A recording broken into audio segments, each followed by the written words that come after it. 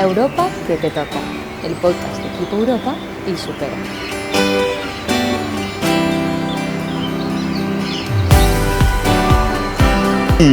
Un plan pour une paix solide, durable, vérifiable, que nous avons préparé avec les Ukrainiens et plusieurs autres partenaires européens et que j'ai été défendre aux États-Unis il y a 15 jours et à travers l'Europe. Et je veux croire que les États-Unis resteront à nos côtés. Mais il nous faut être prêts si tel n'était pas le cas. Muy buenas a todos y en especial a ti que nos estás escuchando. Soy Sara Santotildes y hoy tengo el honor de presentar un nuevo episodio de La Europa que te toca, un podcast de Equipo Europa y Supera, donde contamos con dos invitados muy especiales. A mi izquierda contamos con Nicolás Pascual, diplomático y diputado al Parlamento Europeo, además de coordinador del PPE en el Comité de Seguridad y Defensa del Parlamento Europeo. Ha sido embajador de España ante la OTAN y fue consejero en el Departamento de Asuntos Internacionales en el Gabinete de la Presidencia del Gobierno. A mi derecha contamos con Sofía, formada en Relaciones Internacionales y delegada de Un Árbol por Europa en la portavocía de la Comunidad Valenciana. Con ellos dos vamos a tratar un tema que está en la agenda política últimamente, como es el tema de la seguridad y la defensa. Escuchamos mucho hablar de autonomía estratégica, de seguridad, de defensa, pero realmente, ¿qué importancia tiene esto en la Unión Europea? Os dejo con los dos invitados para que podáis disfrutar de esta conversación tan interesante y luego nos vemos de nuevo. Muchas gracias. Gracias, Sara. Genial, Sara. Muchas gracias.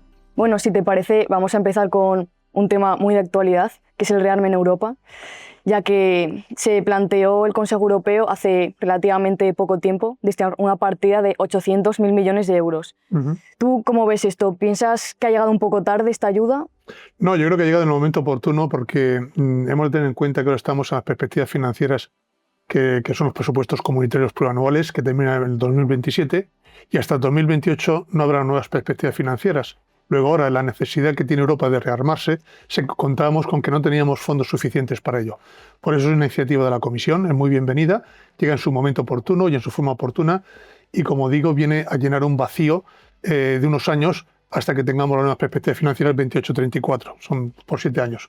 Es ambicioso pero al mismo tiempo realista. Es ambicioso porque quiere movilizar 800.000 millones, como sabéis tiene dos capítulos, dos componentes, o el programa SAFE, que son 150.000 millones, que son préstamos muy baratos y bonificados por parte de la Comisión, y otros 650.000 millones que son aportaciones de los Estados miembros para los cuales se ha elevado el freno fiscal, el control fiscal, para que no computen como déficit en los presupuestos. Por tanto, creo que es una iniciativa que viene en su momento y que trata, como digo, de movilizar recursos suficientes para que Europa se dote de las capacidades que nos permitan ser autónomos en nuestra defensa y no depender de nadie. Muy bien, muy interesante, porque al final también estamos viendo ahora con el tema de Estados Unidos estas tensiones que ha habido con Groenlandia, que ya tratamos en un episodio hace relativamente poco tiempo. ¿Piensas que al final esta inversión tan potente va a hacer que se ahonden esas diferencias y nos distanciemos de alguna manera de Estados Unidos, la Unión Europea? Me gustaría pensar que no. Hemos de ser realistas. Europa y los aliados europeos dependemos de los Estados Unidos para nuestra defensa colectiva. La OTAN, como sabemos, es el organismo ideal para la defensa colectiva del territorio de los aliados. Y actualmente los Estados Unidos proporcionan unos activos estratégicos. Estoy pensando, por ejemplo, en las telecomunicaciones, en los satélites que nos proporcionan información, en el despliegue logístico, en los drones, en las defensas contra misiles y antiaéreas, en la artillería de largo alcance y de precisión, es decir, toda una serie de activos estratégicos que solamente los puede proporcionar Estados Unidos en la OTAN. Por tanto, hemos de seguir dependiendo de ellos, pero con el convencimiento de que Europa tiene que ser capaz de alcanzar ese grado de autonomía estratégica que nos permita defendernos solos. Ahora mismo no podemos y por eso tenemos todos los Estados miembros que activar nuestras opiniones públicas e identificar los grandes desafíos, las grandes amenazas conjuntas de Europa, para eso después identificar en un segundo lugar las capacidades necesarias y en tercer lugar la financiación, pero en esa secuencia lógica. Desafíos, capacidades y financiación, y no al revés. Y por tanto, yo creo que de momento tenemos que depender en esas estructuras, en esos activos estratégicos de Estados Unidos. Muy bien, muy interesante. Y también está el tema de que, bueno, ahora la nueva administración estadounidense está exigiendo que subamos de alguna manera a todos los Estados miembros el presupuesto en defensa. Se está hablando de un 3, un 5%, y Trump está amenazando con que si los Estados miembros no llegan al gasto mínimo, no va a aplicar el artículo 5, que para quien no lo sepa, esto supone, bueno, es el artículo que compete a la defensa colectiva ante una amenaza. Entonces, ¿tú piensas que esto de alguna manera se va a cumplir? Vamos, sinceramente, yo no creo mucho en la liturgia de las cifras y de los guarismos. Está bien que establezcamos unos objetivos cuantificados, pero hay que tener en cuenta que lo fundamental es dotarse de las capacidades necesarias, de las capacidades civiles y militares para que nos defendamos y tengamos la capacidad de defendernos solos. Recordaremos que en la cumbre de la OTAN de Gales de 2014 ya se estableció el objetivo de llegar al 2% del PIB para los aliados. Estamos en el 2025, 11 años más tarde, y España, por ejemplo, no ha cumplido con ese objetivo. La mayor parte de los aliados sí lo han cumplido, nosotros no. Nosotros estamos en el 1,24, en el 1,3% del PIB. De ahí que el otro día el presidente Sánchez presentase un programa de defensa por valor de 10.400 millones para llegar al 2%, pero habrá que gastar más. ¿Por qué digo que habrá que gastar más? Porque ahora seguramente en la nueva cumbre de la OTAN prevista en La Haya el 23 y el 24 de junio de este año se va a poner seguramente el listón en torno al 3,5% del PIB. Ahora bien, eso no significa que con gastar más tengamos todos los problemas resueltos. Hay que gastar más, sí, por supuesto, pero sobre todo hay que gastar mejor. Y hay que gastar en plan europeo. Es decir, tenemos que utilizar la escala del mercado europeo, que es una de las grandes ventajas europeas en el mercado interior, que nos da una escala de 450 millones de consumidores, y utilizar ese mercado interior para acabar con la fragmentación nacional de los mercados de defensa, que hace que tengamos recursos duplicados, mal utilizados, infrautilizados, porque se repiten. Tenemos muchos modelos de fragatas, muchos modelos de carros de combate, muchos modelos de avión, porque no somos capaces de integrarnos en unas capacidades europeas que tengan, pues eso, las capacidades para defendernos a todos. Para eso, como digo, uno de los objetivos fundamentales es desarrollar esas capacidades conjuntas en los próximos años. Y de ahí el paquete de 800.000 millones que se ha puesto encima de la mesa por parte de la Comisión. Porque hemos visto que este paquete de ayudas ha llegado 3 años después de que se haya iniciado el conflicto en Ucrania. ¿Qué opinas?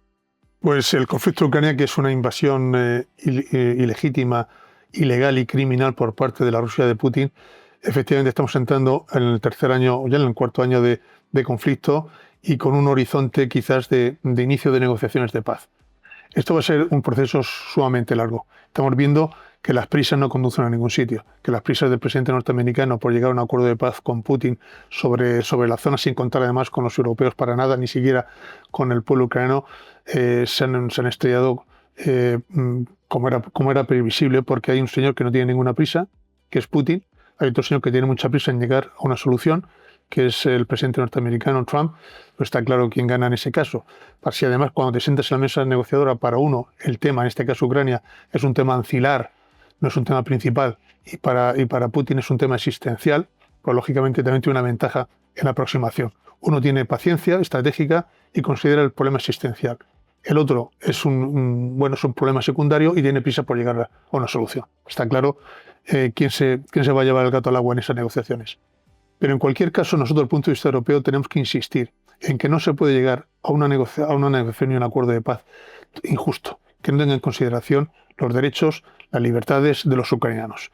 Es decir, no podemos premiar al agresor, porque ahí fuera hay muchos políticos y líderes que están mirando atentamente cómo se resuelve el conflicto. Si al final llegan a la conclusión de que por la fuerza militar, por la fuerza bruta, se pueden conseguir objetivos políticos, se pueden cambiar fronteras reconocidas internacionalmente, se pueden ocupar territorios, pues entonces entramos en la ley de la selva y en la descomposición absoluta de los principios que sostienen el orden internacional.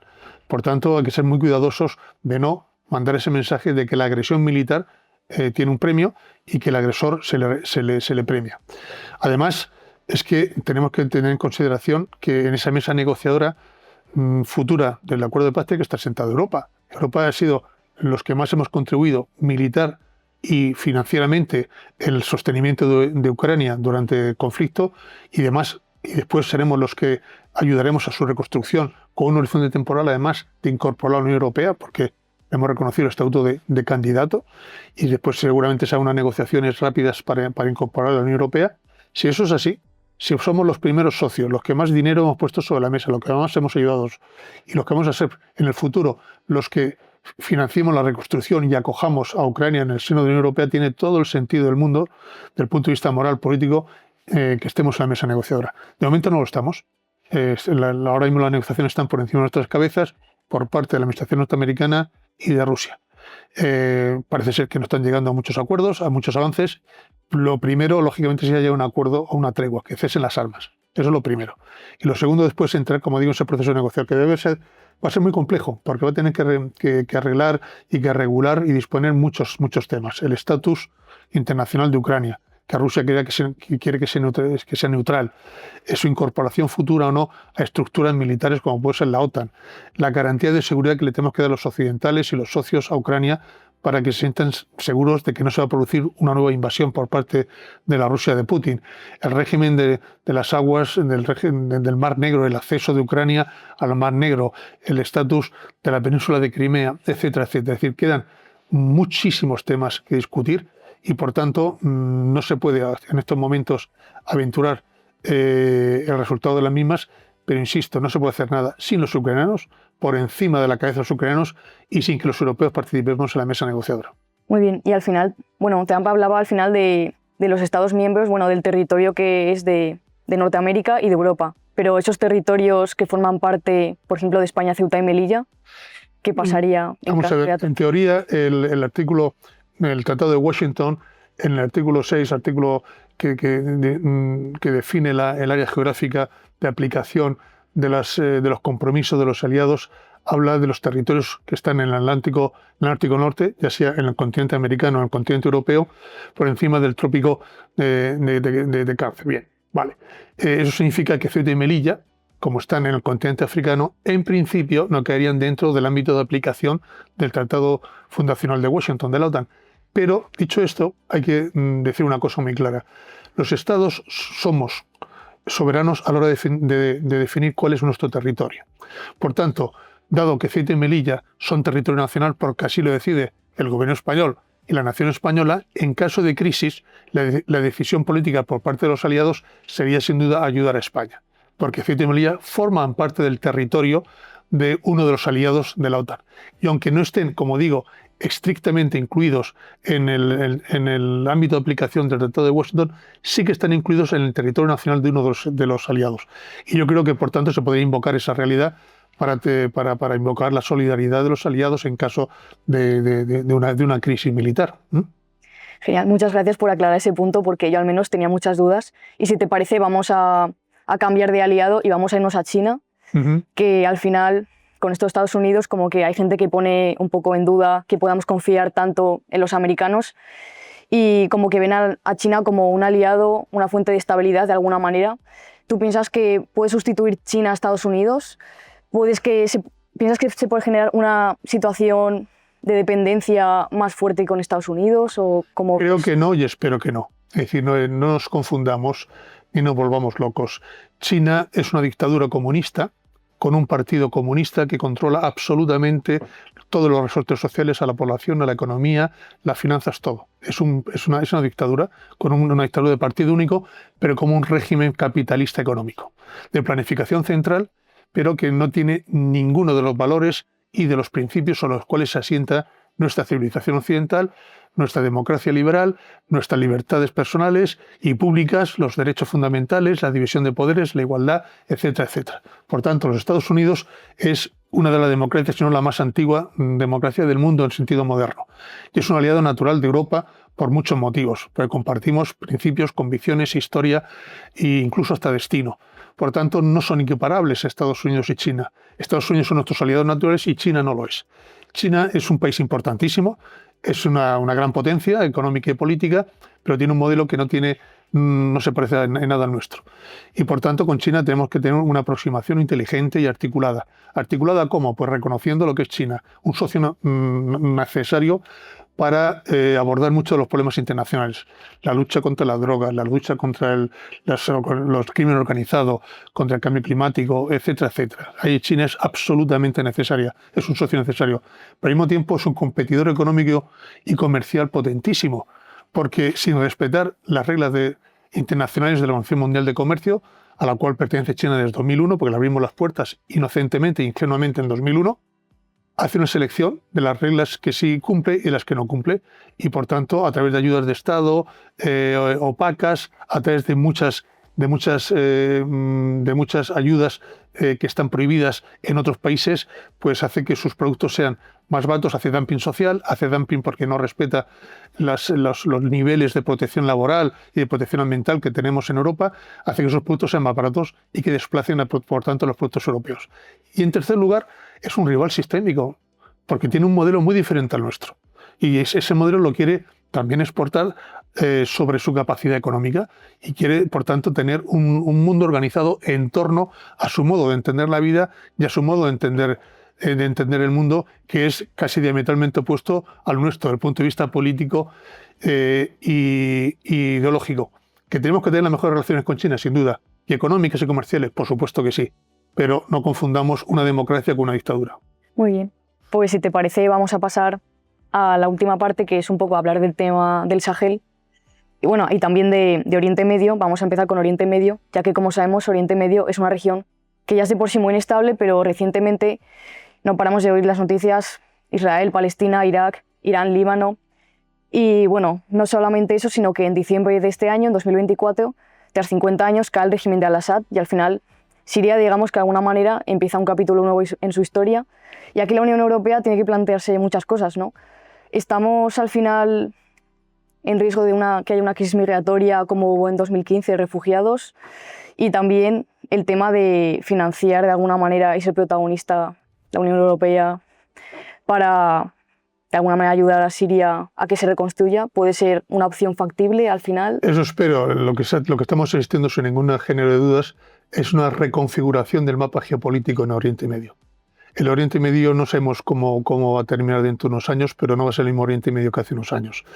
No solamente en Siria, también en Líbano, en Palestina, por supuesto, Irak, Irán. Es decir, estamos en un momento de tránsito en Oriente Medio. Tenemos ahora mismo un conflicto abierto en Palestina todavía. Había una tregua de paz que no se mantuvo.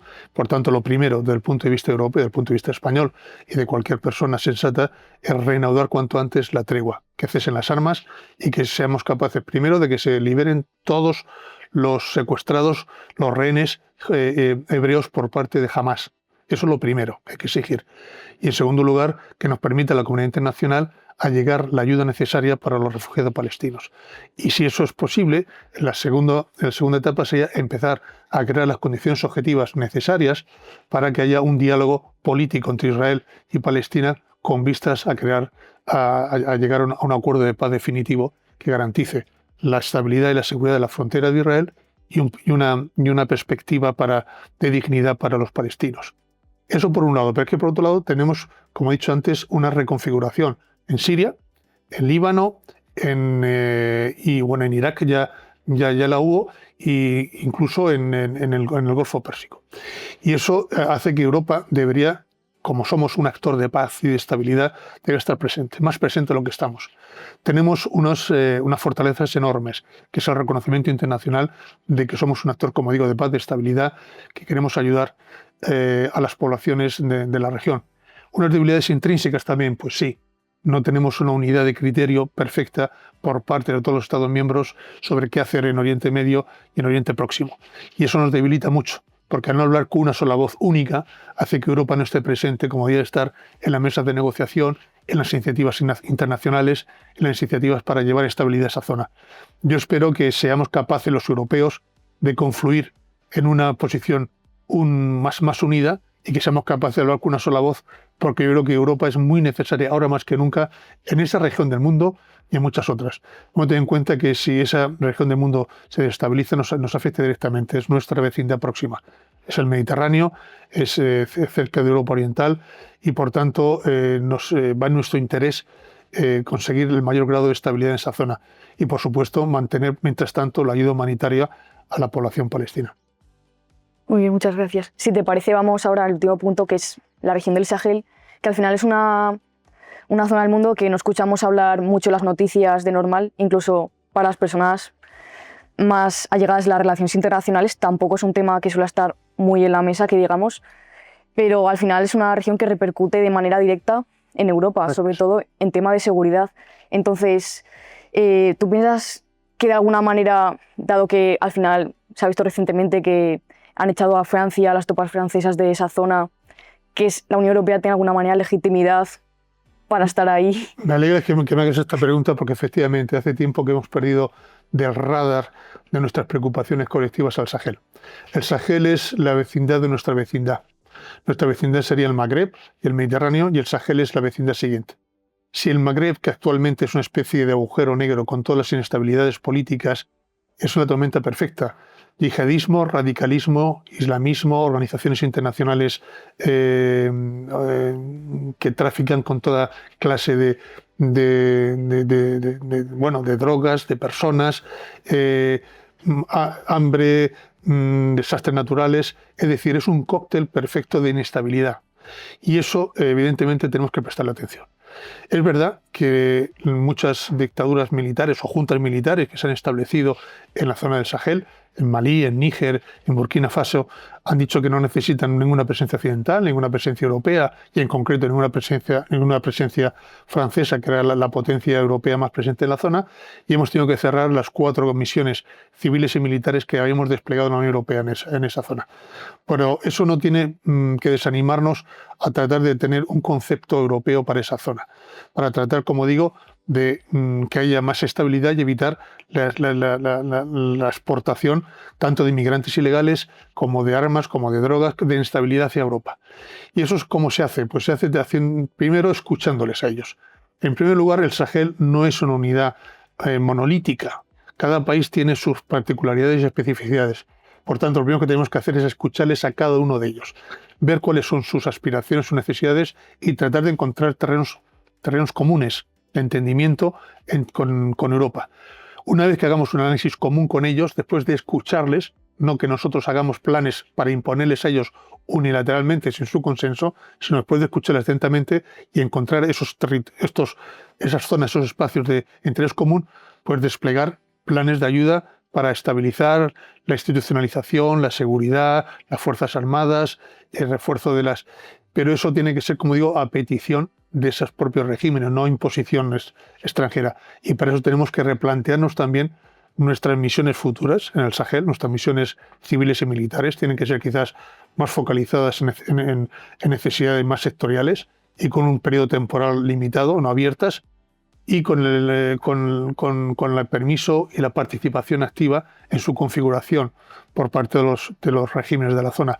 Pero en cualquier caso tenemos que prestar mucha mayor atención, sobre todo España, pero otros países europeos también, a esta zona, porque la inestabilidad potencial procede de allí. Y también es que estamos viendo, aparte, presencia china, presencia rusa. También es que efectivamente, como bien dices, los rusos están en el Mediterráneo, estaban antes en 2 bases en Siria, ahora parece ser que han cerrado las 2, tienen una base militar y una base aérea en Siria. Parece ser que tienen interés en abrir una base militar en Tobruk, en la costa en Libia, que es otro agujero negro en el centro del Mediterráneo, y los chinos efectivamente tienen una presencia en Djibouti y también una presencia económica muy fuerte y comercial en todo el continente africano. Es decir, tanto China como Rusia están presentes, van a estar más presentes, y nosotros europeos y occidentales, en general también los Estados Unidos, deberíamos de prestar más atención a la zona. Muchas gracias. Si te parece, vamos a llamar a Sara para finalizar. Estupendo. Bueno, muchísimas gracias Nicolás, muchísimas gracias Sofía y gracias a ti que nos estás escuchando. Creo que hemos hecho un muy buen repaso del contexto geopolítico actual, pasando desde Ucrania hasta el Sahel y viendo también otros actores como China o Estados Unidos. Y gracias sobre todo por poner un episodio más de La Europa que te toca, el podcast de Equipo Europa y Supera. Desde Equipo Europa os animamos a seguir indagando y aprendiendo sobre la Unión Europea. Gracias y hasta la próxima.